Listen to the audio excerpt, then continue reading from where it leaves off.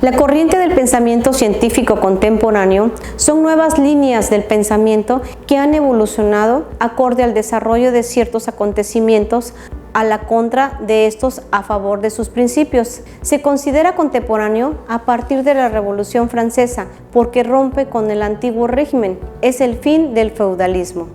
Antes de este acontecimiento, el grado de avance de comprensión del mundo podía medirse en la forma y el grado que se comprende al mundo y a las cosas como sistemas. El nivel de análisis de esta etapa aporta un material insuficiente para la comprensión sistemática y dialéctica de la naturaleza.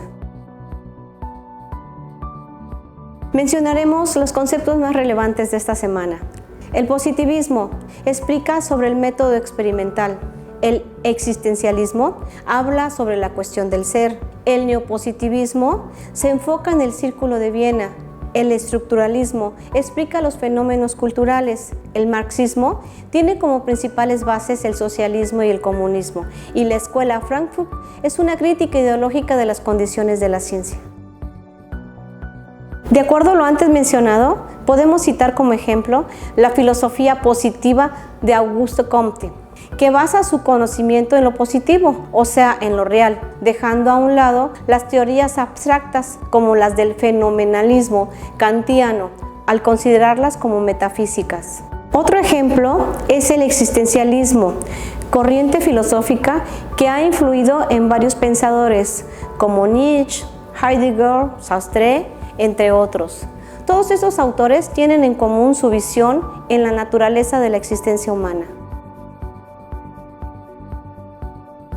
Los siguientes son los máximos exponentes de las corrientes estudiadas. El fundador del positivismo, Auguste Comte, admite únicamente el método experimental y rechaza toda noción a priori. Heidegger es el fundador del existencialismo y él afirma que es la cuestión del ser. Rudolf Carnap, principal figura del neopositivismo, y Claude Lévi-Strauss del estructuralismo. Este fue quien realizó los fenómenos culturales como la mitología y los sistemas del parentesco. Referente al marxismo, es una ideología basada en la obra de Carlos Marx y Federico Engels. Las ideas políticas y filosóficas del marxismo eran una poderosa crítica al mundo de su época, sólidamente unida a dos ideologías y movimientos políticos, el socialismo y el comunismo. La Escuela Frankfurt se denominó a un grupo de investigadores que se unieron a las teorías de Hegel y Marx, entre otros, una crítica ideológica de las condiciones sociales e históricas en las que ocurre la construcción de la teoría.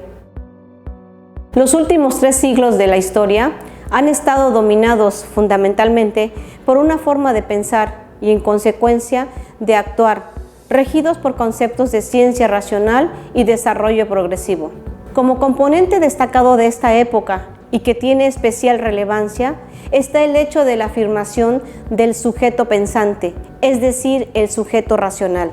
Es el sujeto, el individuo, por sí solo, por su sola razón, por sus propias fuerzas, independiente de toda autoridad religiosa, sociológica y política, el que debe de encontrar la verdad, entendida como correspondencia con la realidad. Es decir, hay una lucha, una afirmación del racionalismo, una afirmación de la autonomía del individuo, de lo que el individuo puede hacer por sí solo. Correlativo con esto, la búsqueda de riqueza y el afán de lucro se ven constituyendo no solo un fin digno de ser perseguido por sí mismo, sino un fin que va a ir excluyendo a todos los otros. Es decir, hay una lucha, una afirmación del racionalismo, una afirmación de la autonomía del individuo, de lo que el individuo puede hacer por sí solo.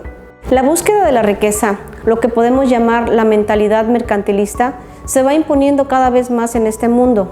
Es decir, estamos ante dos expresiones paralelas de la misma modernidad, la definición filosófica y la definición socioeconómica. Lo anterior se traduce en las ideas de crecimiento y progreso, que son llevadas adelante, entre otros, por el complejo de la ciencia y la tecnología. Para los padres de la ciencia moderna, Bacon, Descartes y Galileo, no era intención reemplazar la ciencia clásica por una mera actividad de ilustración de la estructura causal del mundo. La ciencia clásica era finalista, teológica, la ciencia moderna intenta desalojar cualquier cosa que afirme un fin.